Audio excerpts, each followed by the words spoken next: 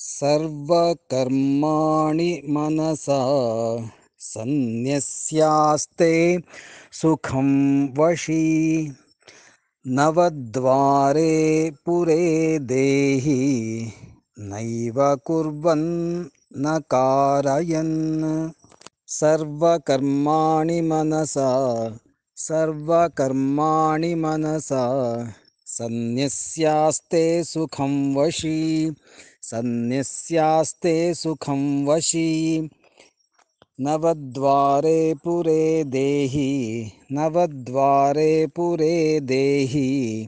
नैव कुर्वन् न कारयन् सर्वकर्माणि मनसा